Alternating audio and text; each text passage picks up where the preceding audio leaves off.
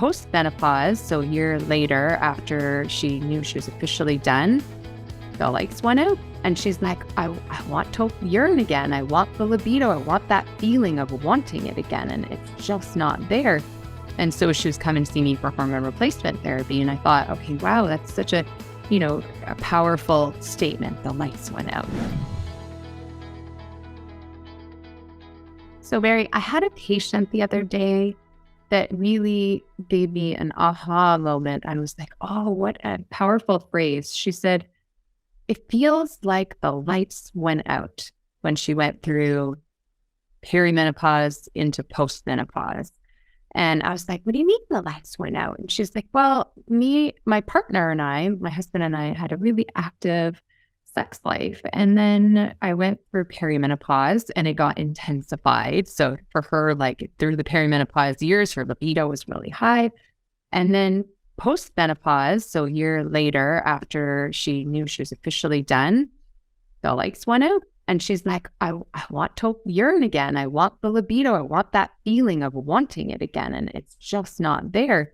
And so she was coming to see me for hormone replacement therapy. And I thought, okay, wow, that's such a powerful statement. The lights went out. And I thought, oh my goodness, it's very important for me and my partner, like my husband. I want to stay too. So, and it might be hormones. It could also be a multitude of other factors. I think in her case, it literally was down to the hormones because she was very connected. They make time. And there was other factors involved, vaginal dryness, which we talk in another episode, and, pain. And if you have pain and you have dryness and when you're trying to be intimate and you want it, all of a sudden that can play a factor because you're like, I don't want this anymore. That's out. Like, Yeah. You're not getting pleasure, you're getting pain, right? So I think that is part of it. And then literally the physical wanting disappeared for her. And I was like, well, that's kind of sad. And women don't talk about this because they think, well, I'm older and maybe it's not important anymore. And, if I talk about it to my doctors, some doctors are like, well, that's normal. It's part of life. Right.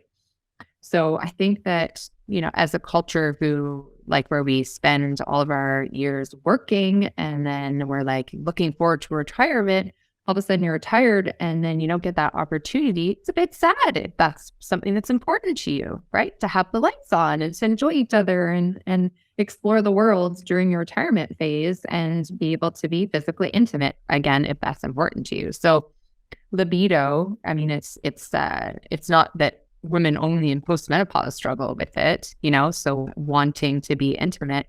It also, gets squished when you are going through different phases of your life, perhaps trying to make babies, maybe you're pregnant and you're afraid, right? Yes. And we need to add in that it's not just women. It's not just females. Yeah. It's men too. No. I mean, I see it all the time. I don't know about you, but it's like, oh, for sure. Like, especially if you're working so hard to make ends meet, or not even necessarily make ends meet. You're like really high level entrepreneur. Yeah. And it's like it squishes the libido as well because there's no time for it. You're like constantly in that fight or flight mode. So the sexuality does not come openly. Right.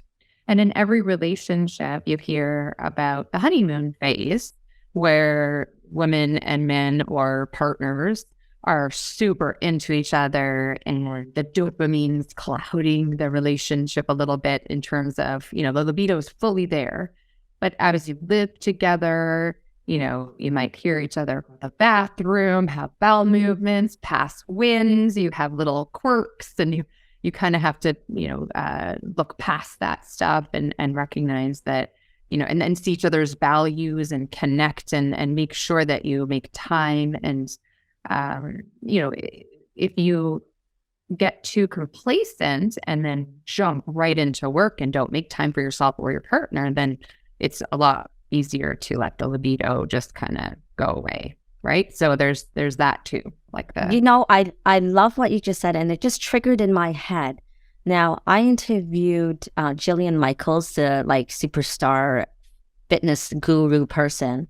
But before I interviewed her, I listened to her on a podcast with Susan Wong, who is the nurse who talks about pooping.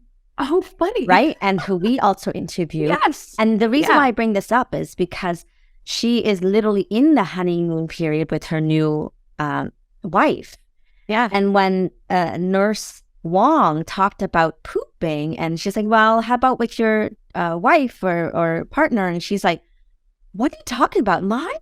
She doesn't poop and fart. So it's like we have this thinking that perhaps like our ideal partner doesn't do any of that. Or that as if you're a female listening or watching this, it's like, oh, it's wrong to show that side of us, that human side of us. And maybe that's not sexy, right? So I think we need to dispel that myth too. It's like, guess what, guys? We all fart. Yeah. It's equal. I remember seeing a Dr. Oz episode where he was investigating to see if men and women pass wind equally, which is actually really important. Digestion, right? If you don't have healthy digestion and all your energy's focused on your gas and bloating, that squishes libido, right? 100%. And that's why we're bringing this up to the point where, oh my gosh, now I'm kind of like opening another door, because it's like, physically opening. No pun intended. Pun intended. Pun intended. Yeah, that's right. So when like there's a fear for women having a little poop when they go into labor and delivery. Right.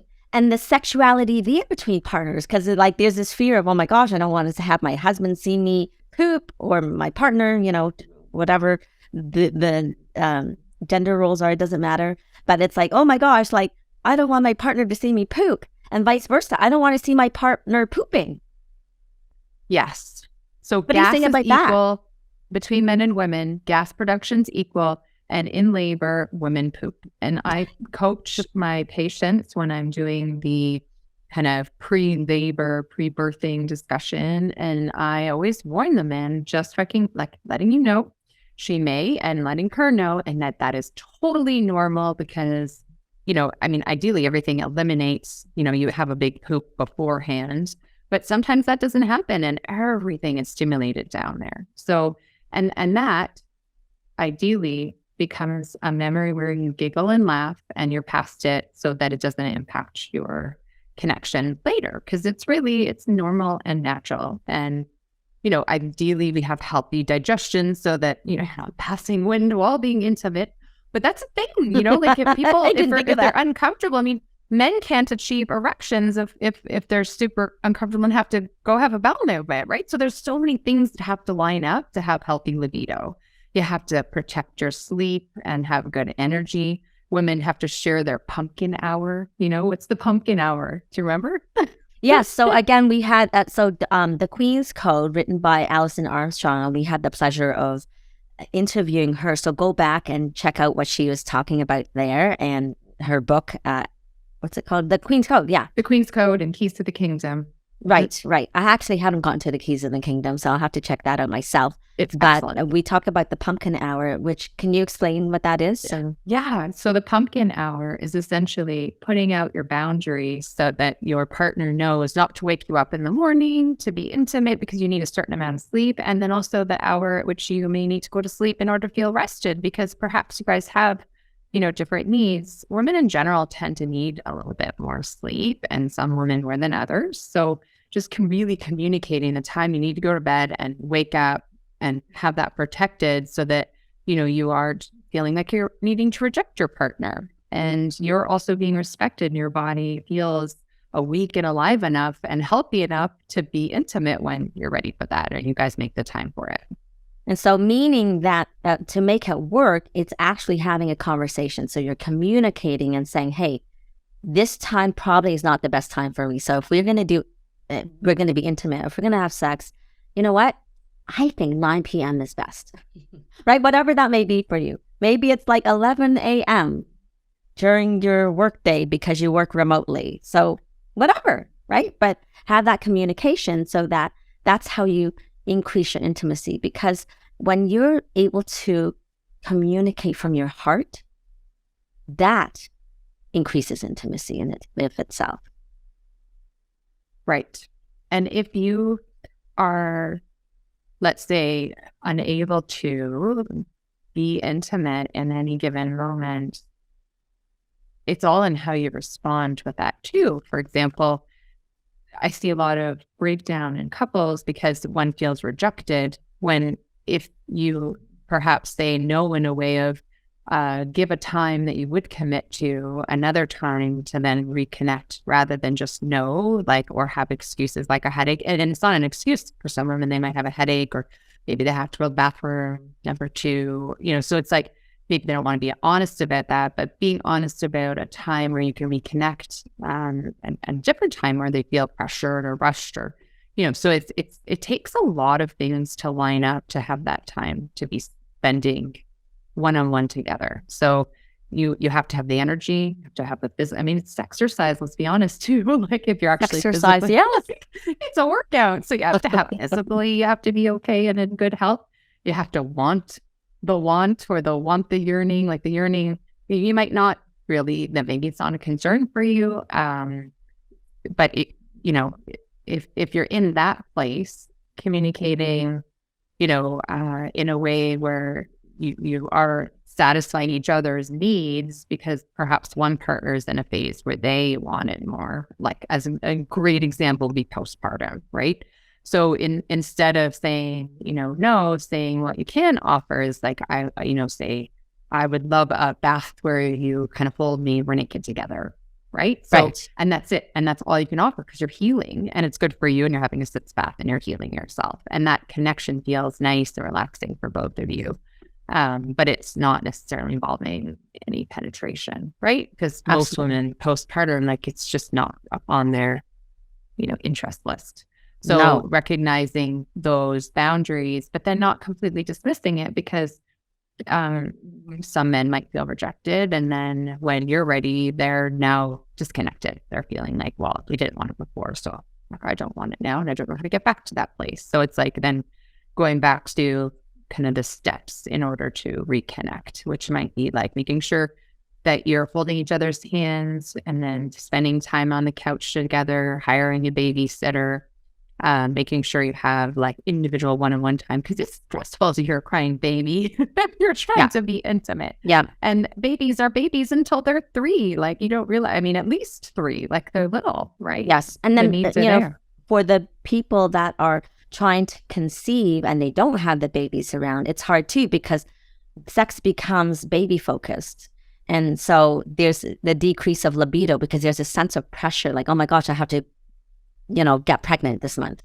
So there's no spontaneity, and it's very difficult to connect in that technical way of having a baby. So what you're pointing to, it's like, it's actually really important not just to have baby making sex, but really connecting, making time, like literally scheduling it out during your cycle, so that you're having that physical connection, that emotional connection outside of around ovulation.